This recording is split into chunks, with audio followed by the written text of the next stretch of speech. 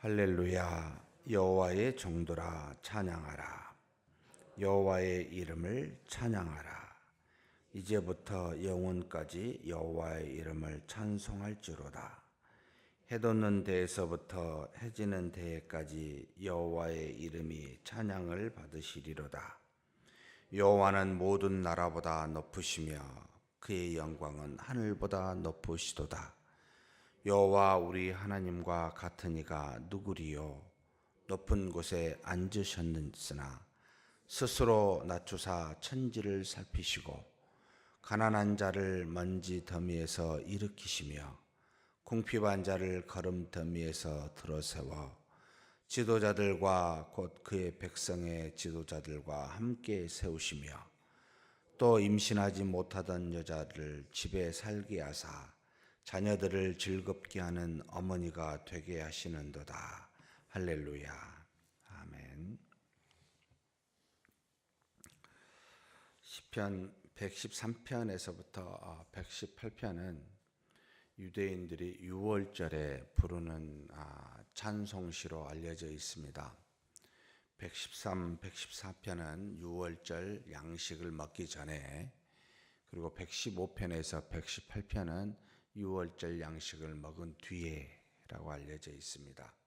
유월절 양식이라 하면 우리가 성찬식이라고 봐도 큰 무방한, 크게 다를 바가 없는 그와 같은 형태로 예전에 유대인들이 하나님께서 애굽 땅에서 그들의 애굽의 장자를 쳐서 하나님이 그들을 이끌어내심에 감사하여 어린 양을 데려다가 며칠 동안 함께 있어 그 양을 죽이고 문설주에 피를 발라 죽음의 사자가 바로 이 문설주에 피 있는 것은 그대로 넘어가, 그래서 패스오버, 넘어갔다, 유월하다라고 해서 유월절이라는 의미로 사용되어 왔습니다. 그 유월절은 예수 그리스도의 십자가의 죽으심을 상징하고 있고, 그래서 유월절 날 예수님께서 실제적으로 십자가에 못 박혀 죽으셨습니다. 유월절의 어린 양이라는 의미를 구약에 있는 유월절 날 신약의 예수 그리스도께서 성취하심으로 우리로 하여금 모든 죄를 사하시고 죽음에서 건져내신 그와 같은 분, 그와 같은 때, 이것을 유월절이라고 부릅니다. 그래서 113편, 114편은 우리가 성찬식을 하고 제자들과 함께 찬미하며 감람산으로 가니라 라는 신약의 마태복음 26장, 마가복음 15장에 나와 있는 그 말씀이 이 찬미는 무엇이었을까 라고 할 때 많은 학자들이 아마도 시편 113편이 아니었을까 라고 추측합니다. 하나님을 찬송하고 찬미하고 있는 내용이 이 안에 있기 때문입니다. 크게 세 부분으로 나누어져 있습니다. 1절에서부터 3절까지 그냥 여호와를 찬양하는, 하나님을 찬양하는 그와 같은 모습인데, 바로 두 번째 파트인 4절에서 5절, 또 6절 전반부까지 해당이 된다고 보이는데요. 그 하나님을 찬양하는 이유가 모든 것보다 높으신 위대한 하나님이기 때문에 찬양하고, 그 다음에 6절부터 나머지 9절까지는 그 위대하신 하나님이 우리를 살피시기 위해서, 건지시기 위해서 낮아지심에 대해서 찬양합니다. 결국 113편 전체는 하나님을 찬양하는 시편인데, 하나님의 위대하심에 대해서, 그리고 하나님의 낮아지심에 대해서 이렇게 찬양하고 있는, 하나님을 찬미하고 있는 시편이다, 이렇게 보시면 되겠습니다. 그렇다면 세부적으로 살펴보면 할렐루야라는 표현을 썼습니다. 할렐루는 찬양하다, 야는 하나님의 줄임말입니다. 결국 할렐루야는 여호와를, 하나님을 찬양합니다 라는 뜻입니다. 그래서 여기 1절에 보면 할렐루야, 여호와의 종들의 찬양하라, 여기 찬양도 할렐루라는 거고, 여호와의 이름을 찬양하라 라고 할렐루, 사실 할렐루가 3번을 쓰여져 있는 경우죠. 그런데 앞에 있는 것은 할렐루야라고 할 때는 일반적으로 유대인들도 마치 대명사와 같이 하나님을 찬양합니다라고 하는 어떤, 지금 우리가 쓰는 할렐루야 같이 어떤 대명사처럼 하나님을 찬미하고 있는 노래요. 그 다음에 여호와의 종도라 찬양하라, 여호와의 이름을 찬양하라라고 사실 명령어로 이제 이 부분들은 쓰여져 있는데, 여호와의 종들이라고 말할 때는 여러 가지 의미들이 들어갈 수 있습니다만, 크게 보면 하나님의 모든 백성들, 자녀들이라고 말할 수 있지만, 그러나 작게 보면 당시 하나님 앞에서 시편을 가지고 하나님을 찬미하고 있는 찬양하는 자들이라는 의미가 더 강하다고 보시면 됩니다. 어찌됐든 하나님 앞에서 하나님을 찬미하고 있는 모든 하나님 앞에 나온 사람들아, 여호와를 찬양하자, 그분을 찬양하라 라고 이야기하고 있습니다. 근데 그분의 무엇을 찬양해야 되겠습니까? 그분의 이름을 찬양하라 라고 이야기합니다. 왜 이름이일까 라고 말합니다. 여호와의 이름은, 성경에 하나님의 이름은 굉장히 많이 있습니다. 그 이유는 하나님을 우리 인간의 언어로 담을 수가 없는 분이기 때문에 하나의 이름을 가지고는 전체를 표현할 수가 없습니다. 하나님이 모세에게 준 스스로 계신 자, I am who I am, 나는 나다라고 하는 그와 같은 주신 이름이, 하나님이 우리에게 주신 야훼라는 이름 한 가지가 있지만 사실 그것으로도 다 담을 수는 없습니다. 알파와 오메가 되셨다고 이야기도 하시고, 때로는 물처럼 때로는 불처럼 또는 지혜로, 수많은 명칭으로 하나님에 대해서 묘사하고 있습니다. 그래서 하나님의 아들 예수님께서 우리에게 그분의 이름에 대해서 우리가 주기도문으로 가르쳐 주시는 것이 계시죠. 하나님의 이름이 무엇을 받으시라고요? 거룩히 여김을 받으시라고. 그 이유는 하나님의 어떤 이름으로도, 한 이름으로도 이 세상의 무엇으로도 담을 수 없으니까, 세상의 초월에 계신 거룩이라는 것은 이 땅의 것으로는 도저히 무엇으로 발견할 수 없는, 그래서 그냥 하나님의 이름, 모든 명칭은 거룩합니다. 이 세상의 어떤 것과도 비교할 수가 없습니다 라는 의미로, 그래서 우리가 하나님을 생각을 할 때 사실 우리가 가지고 있는 생각이 다 담을 수가 없습니다. 그래서 그냥 그 이름 총칭을 표현합니다. 하나님 전체, 우리에게 붙여진, 우리가 이해하는 우리가 부르는 모든 것을 다 포함하여 그 이름을 찬양하라 라고 말합니다. 사랑하는 성도 여러분, 여기 있는 저와 여러분은 각각의 전지전능하신 하나님의 어떤 영역에 어떤 부분을 경험한지 다 다릅니다. 전부 다 우리 여기 있는 숫자만큼 하나님에 대한 인식과 이해가 다 다릅니다. 그 정도로 위대하십니다. 모든 영역에서 우리 삶에서 그분을 만나는 그곳에서 하나님은 이런 분이시구나, 저런 분이시구나를 각자 다르게 느꼈습니다. 그래서 우리는 그 부분을 생각하며 내가 개인적으로 알았으니 그것으로 하나님을 찬양하는 겁니다. 여러분이 느낀 그 이름으로 여호와를 찬양하십시오.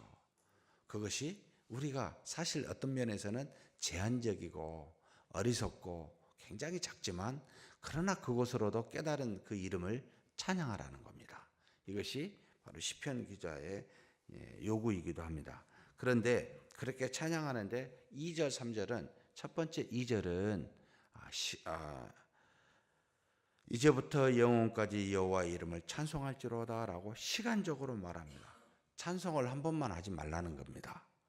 위대하신 하나님에 대해서 찬송을 언제까지 하라고요? 지금부터 영원까지 계속 찬미하라는 겁니다.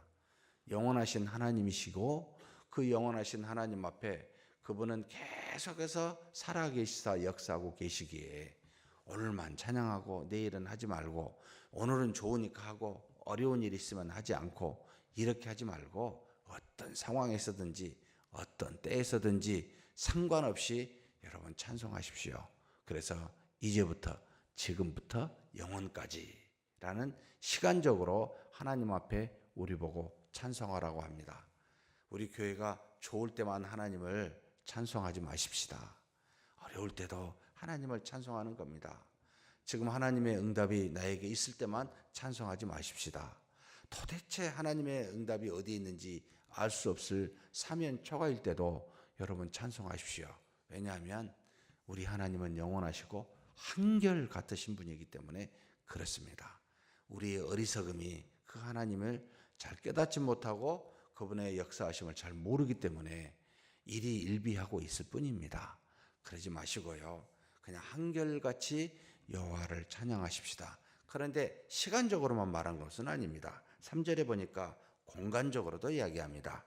해 돋는 데에서부터 해 지는 데까지 여호와의 이름이 찬양을 받으시리로다.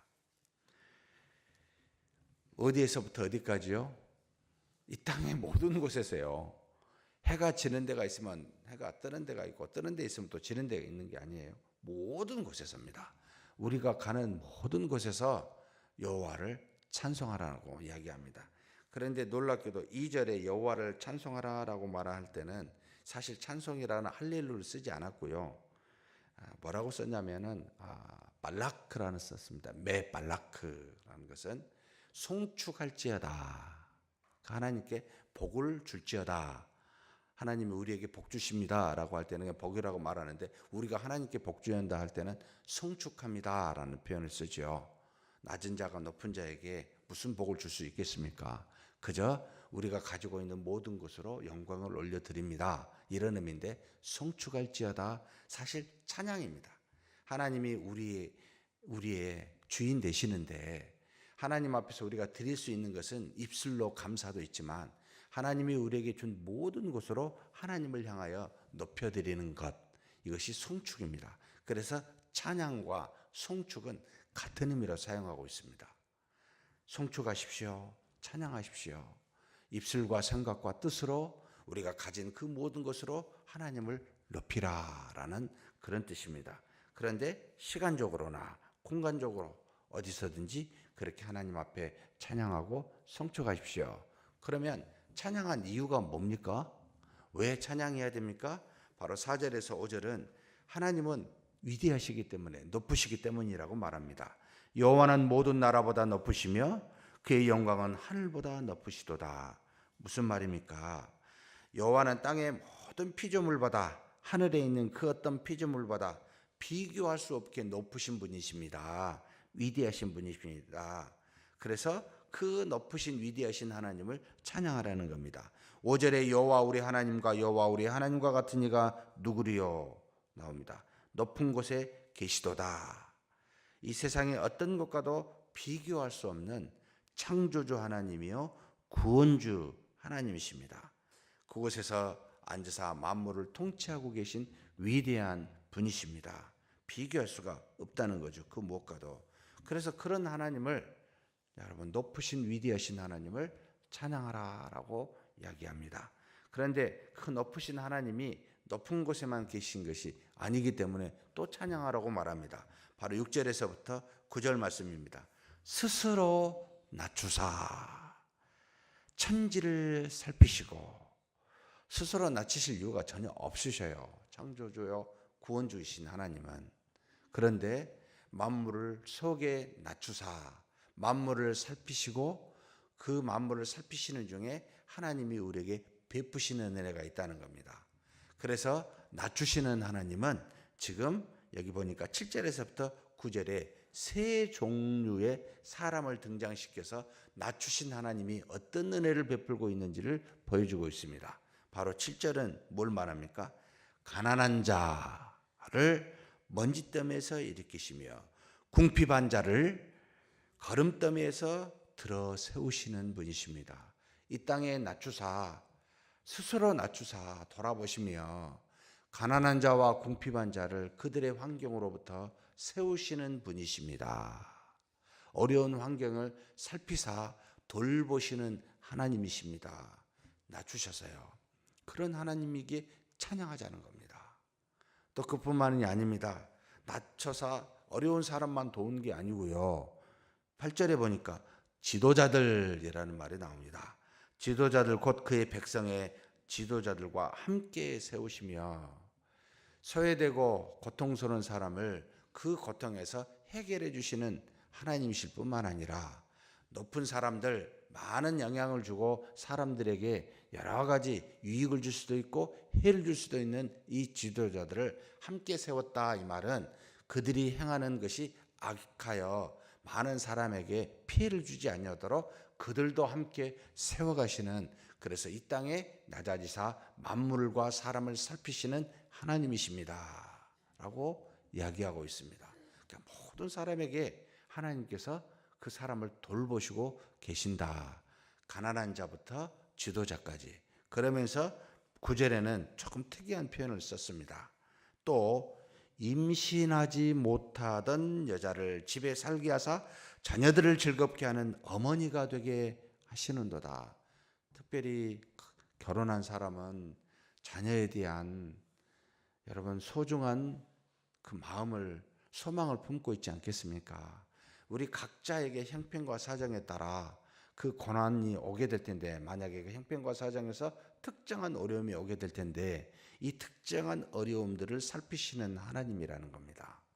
마치 여자가 당연히 애를 낳아 그 가정에 그 가게의 후손을 이어가게 하는 것이 가장 큰 소망이듯이, 만약에 직장에서 들어가면 그 직장에서 가장 여러 가지 좋은 일을, 유익한 일을 하기를 소망하듯이 그런 일의 고통 속에, 고난 속에 있다면 그것을 들어 세우시는 하나님이시다라는 것을 보여주고 있습니다. 사랑하는 성도 여러분, 우리는 하나님을 찬양해야 됩니다. 왜요? 만물과는 우리와는 비교도 안 될 정도로 위대하시기 때문에. 그런데 그것만이 아닙니다. 그 위대하신 하나님이 우리와 같이 낮아지사 우리의 형편과 사정을 돌아보고 특정한 어려움들을 건져내시며 우리 모두에게 이 땅에서 살아갈 수 있도록 이끄시는 낮아지신 하나님이기 때문에 찬양해야 됩니다. 이것이 우리의 모습인데, 언제든지 어디서든지 여호와를 송축하며 찬양하며 감사하며 사는 저와 여러분이 되기를 주의 이름으로 축복합니다. 하나님 아버지, 감사합니다. 이 땅에 사는 동안 우리 하나님을 알게 하셨고, 그래서 하나님의 이름을 송축하며 찬양할 수 있도록 우리에게 은혜 더하여 주시니 감사합니다. 하나님께서는 위대하십니다. 만물을 만드시고 만물을 초월해 계셔서 섭리하시는 하나님이십니다. 그런 하나님께서 만물을 살피시기 위하여 이 땅에 우리처럼 낮아지셨고, 가난한 자와 높은 자를 다 아울러 하나님의 뜻대로 인도하여 주시니 감사합니다. 뿐만 아니라 우리가 처한 환경에서 특정한 고난과 역경을 맞을 때마다 하나님께서 또한 우리를 그 환경에서 구원하여 주시니 감사합니다. 그런 하나님 앞에 여호와의 이름을 언제든지 어디서든지 찬송하며 송축하며 사는 우리 인생길 되게 하여 주시옵소서. 우리 주님 예수님의 이름으로 기도하옵나이다. 아멘.